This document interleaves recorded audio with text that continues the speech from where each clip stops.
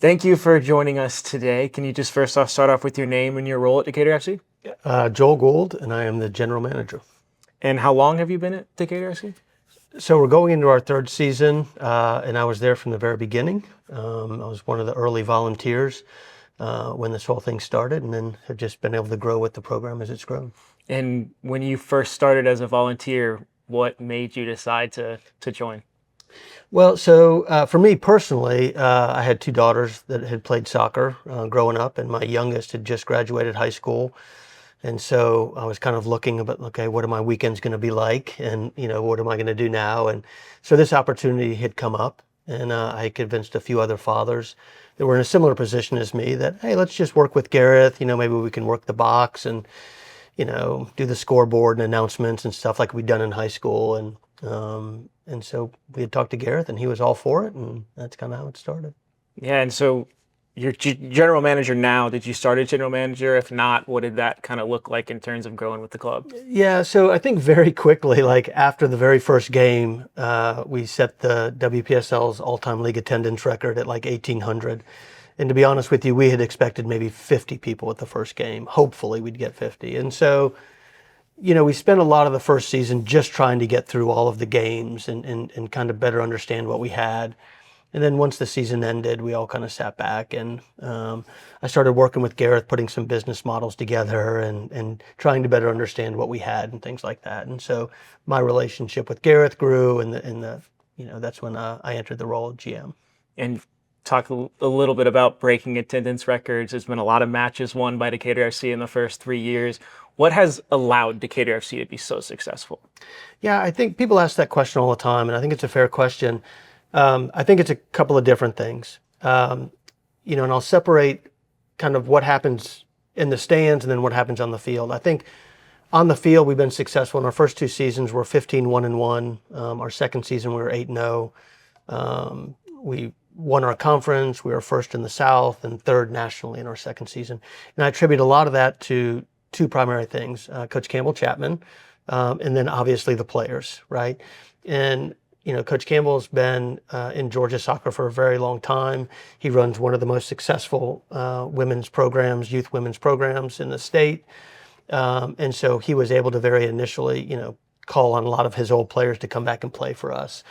But, once they came back, we realized, okay, these players are great. They all very quickly kind of learned how to become a team together and those kind of things, and it just added to the success on the field. And then from a fan perspective, anybody who's been around Decatur for any period of time, you understand that it's a pretty soccer crazy place. There's a huge soccer intelligence here. If you go to a MARTA station on any Atlanta United game day, it's just packed with, fans going to those games. And so, I think we were surprised that we were setting attendance records, but not really shocked when we kind of sat back and looked. Decatur's just a great place for soccer, and thankfully that translated into supporting our women's team as well. And with that success, you've grown into the general manager position. What has your role been with Decatur FC, and what are you doing on a daily basis to make sure the team is successful? Yeah, I think I think that position is evolving, and it continues to evolve for me. I would say, and again, I kind of split roles with Coach Campbell. Coach Campbell and his staff, Jack and Issa, they handle everything on the field. And then myself and my team kind of handles everything off the field, and then game day operations as well.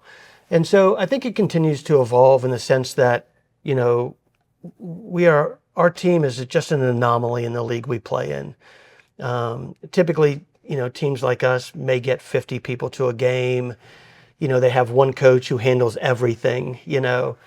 For us on any given game day, we probably have 61 people working a game, from staff to volunteers. And so it's really, my time is spent kind of developing the business around Decatur FC, developing the community aspect and integration around Decatur FC, trying to grow the fan base, trying to grow fan engagement.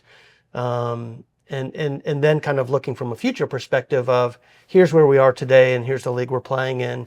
Are there opportunities for us, to continue to be successful in our league, but are there opportunities for us to grow into different leagues as well? And when you started as general manager, is this the first time you've ever been a general manager, or did you have any sort of experience there? So I did not have an experience being a general manager of a women's soccer team. Like like a lot of dads and who have daughters playing youth soccer. I managed some of their teams and stuff like that, but that was really the extent. I would say my sports experience came more in my my overall career. I've spent the last 12 years helping activate large sporting events with some of the larger hydration brands in the country. And so, I've been kind of in that atmosphere for quite some time. So, I think that's where my business kind of expertise came. And so I kind of handle that half, and then Campbell takes over the soccer side of it. And as you've become a general manager and learned more about it, what are some of the hardest and then some of the easiest parts of being the general manager? Well, I'll start with the easiest part. The easiest part is, again, I'll go back to the community. They're so involved and they're so passionate about it. And so that kind of on a daily basis keeps me energized and passionate about kind of supporting the team and growing the team. The hardest things I think is, kind of making the leap from where we are today, or looking at making the leap from where we are today to kind of those next levels, right?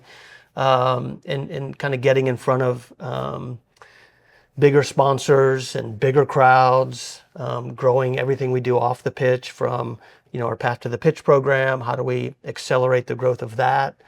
So it's going from we're a small community team to the realization that we're a really big community team, and can we get bigger, I think so. And speaking on that, if you look into the next 5 years, what are your ambitions and what are the club's ambitions for where you guys may be? Yeah, we're currently kind of looking at that on a week-to-week basis. I would say, I think the most beautiful thing we have going for us right now is that the women's soccer landscape is changing so drastically, and it's going to look completely different in the next few years.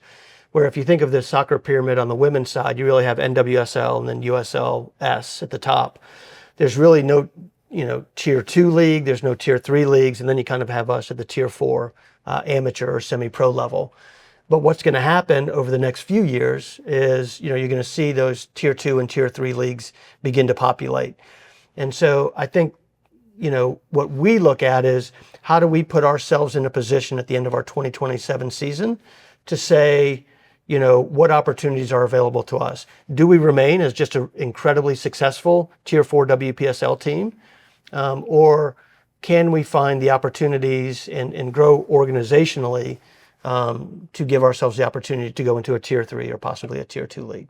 And when you're looking at those ambitions, is there anything that you think you guys are doing differently to try and reach those goals than maybe the first year of Decatur FC? And given how successful you've been, has there been an ability to kind of make those ambitions seem more realistic? I think it's a great question. And again, I'll say, I think our first year we're so taken aback by how well we were accepted. Back then, if we're being really honest, a lot of stuff was done on napkins and coasters at the pub, at Garrett's Pub. And, our second season, we got a lot better at running a business of it. And so I would say going into this third season, we're really looking at tightening everything up from a business perspective, right? And getting everything in alignment with, stadium agreements, sponsorship agreements, and really trying to look at it as a professional business. And so, and we're getting a lot better at that. We're certainly getting a lot more help. I spend a great deal of my days reaching out to other clubs who I feel like are 2 or 3 years ahead of us in the process, and talking to their GMs and just saying, what do I not know today? What can you tell me that you wish you knew 3 years ago, right, when you were developing your club?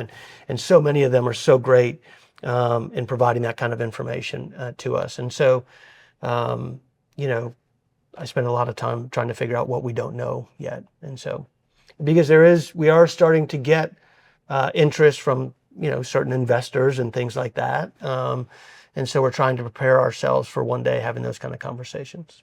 And coming back to present day, 2026, what are you looking forward to most about this edition of Decatur FC?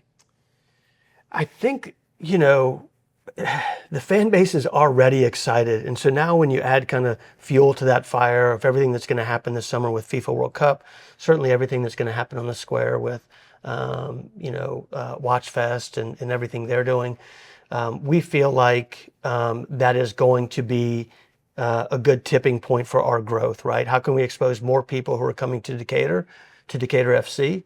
And so I think the planning that's going around this season has been drastically different than preparing for the other 2 seasons.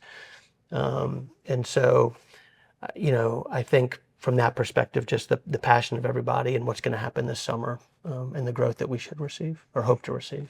And speaking of that passion in the fans, before we end it, do you have any message to the fans that might be watching for 2026? Yeah, tickets are on sale. Go buy tickets. That's always helpful to us. I would tell you from a team perspective, just looking at the roster right now, I think more than half of our players from last year are returning.